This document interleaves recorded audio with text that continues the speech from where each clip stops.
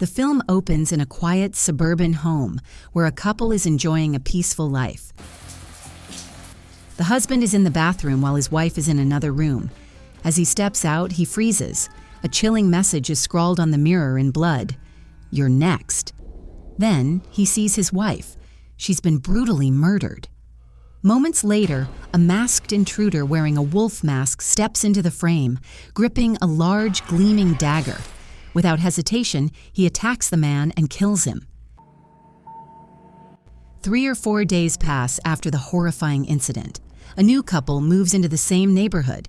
They seem happy, deeply in love, and full of excitement. Their wedding anniversary is coming up, and they've invited family and relatives over to celebrate. The house is buzzing with preparations for a small get-together. While the woman is cleaning, she senses someone upstairs. She tells her husband, who immediately gets ready to check it out. Just as he's about to open the door, their son arrives with his girlfriend, Erin, and stops him. "Come downstairs, and we're here now." The next morning, their older son, Dreek, shows up with his wife. Both are cold and abrasive. Not exactly the warm, friendly type. Their rude jokes often offend everyone around them. By evening, Dreek's sister arrives with a friend, and soon after, the youngest son, Felix, walks in with his girlfriend. The whole family is finally together, gathered around the dining table. Suddenly, the daughter's friend notices movement outside the window. He moves closer to check, and in an instant, an arrow crashes through the glass and pierces his skull. He dies on the spot, horrifically. Screams erupt. The once joyful evening turns into a nightmare. No one knows who fired the arrow, or why. More arrows begin flying in, smashing into walls and shattering mirrors. The attackers are fast, strategic, and deadly. Amid the chaos, Dreek is also hit with an arrow. Fear spreads like wildfire. Erin quickly takes charge. She calls for an ambulance and urges everyone to stay calm, all while trying to reach the police. But there's no signal. She sends a text, hoping it'll go through once the signal returns. Meanwhile, the couple's daughter grabs the phone and says, "I'll go outside and try to get a signal." She runs, dodging arrows, but an almost invisible wire catches her foot. She falls, her throat is slashed, and she dies in a devastating scene. Her mother breaks down. The father carries her body to her room, gently saying, "Just rest for a while. Sleep." But the mother is inconsolable, sobbing uncontrollably. Suddenly, she hears a noise, something moving under the bed. When she looks underneath, she finds the same masked man hiding there. In a flash, he slashes her face with a dagger, killing her instantly. Her scream brings her husband rushing upstairs. When he sees her body, he collapses in despair. His sons help him back downstairs, but Dreek's wife lingers. She sees another horrifying message on the wall. "You're next." She peers under the bed and spots the masked man again. Terrified, she bolts downstairs and warns everyone that he's still inside. In a panic, she runs outside and Dreek follows. But his injury causes him to trip over a wire and fall, dying instantly. Dreek's wife races to the neighbors for help. She knocks, but no one answers. That's when the masked man catches up, punches her in the face, and throws her through a window. Inside, she sees a man calmly sitting on a sofa. She pleads for help, only to realize it's the same man who was killed in the film's opening scene. The masked killer joins him, casually listening to music like nothing happened.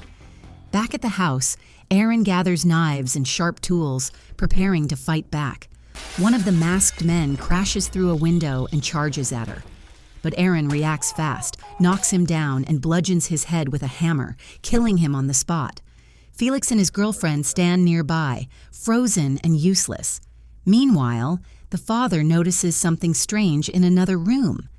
It dawns on him that the killer had been hiding in the house this whole time, waiting for the family to reunite. But why? Suddenly, another masked intruder stabs the father to death. And Felix does nothing to stop it, because he was in on it all along. The entire thing was planned. The masked attackers are brothers, hired assassins. When one of them finds his sibling dead in the kitchen, he's furious. "I'll kill the girl who did this," he vows. But Aaron strikes back, stabbing him with a screwdriver. He flees, bleeding. Later, Felix and his friend come downstairs. "Where's Dad?" Aaron asks. "He's sleeping upstairs." They lie. Aaron grows suspicious.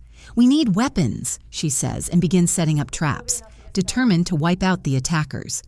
Dreek and Felix go downstairs to grab weapons. Suddenly, Felix turns to Dreek and says, "Did you know your wife is dead?" Dreek is stunned and breaks down sobbing. Taking advantage, Felix stabs himself repeatedly with a screwdriver. Felix's girlfriend, consumed by jealousy, confronts Aaron. "How are you handling all this so well?" Aaron calmly replies, "I grew up in a survivalist camp. I was trained for this." She sets another trap. As she's placing the trap upstairs, she sees her father being beaten. Paralyzed by fear, she doesn't notice a masked killer sneaking up behind her, but she reacts just in time, jumping out the window and hiding in the shed. The killer follows but steps on Aaron's trap. A nail drives deep into his foot. He searches the shed, but Aaron hides skillfully, staying out of sight. When he screams in pain, Felix and his girlfriend arrive. The killer grabs Felix and snarls, "Because of you, my brother's dead. Now what?" Felix pleads. "Take more money if you want." The killer releases him. It was Felix's plan all along. His family was wealthy and he wanted it all. So he hired killers to wipe out his own family. Just then, Aaron's phone dings. "Message delivered." The killer hears it and charges after her, but she escapes back into the house. Felix, his girlfriend, and a killer assume Aaron has fled into the woods and go looking for her. But inside, another masked man spots Aaron. As he lunges, she strikes first, stabbing him in the head and killing him. Aaron quickly sets a trap at the front door, but the last killer sneaks in through the window. She runs to the basement, breaks the lights, and sets up a flashing camera. The strobe disorients the attacker, and in the chaos, Aaron stabs him to death. Felix and his girlfriend return and attack Aaron. A brutal, bloody fight ensues. Aaron rips the girlfriend's hair. They clash violently. Aaron gets stabbed but grabs a grinder and smashes it into Felix's skull, grinding until blood gushes out. Then she pulls a knife from her belt and drives it into the girlfriend's head, killing her. Aaron finally exhales. It's over, or so she thinks. Suddenly, Felix's phone rings and is stunned to hear her boyfriend's voice. It's Felix's brother. He thinks he's talking to Felix. "All clear outside." He walks into the house. Aaron is crushed. The man she trusted most was part of the conspiracy.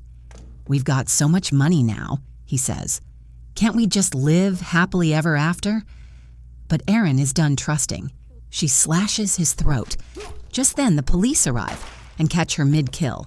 Thinking she's the murderer, an officer shoots her. She's critically wounded. As the officer enters the house, Aaron desperately signals, "Don't go in." But it's too late. He opens the front door, triggering a trap. An axe swings down from above and splits his head open. And with that horrifying final twist, the film ends.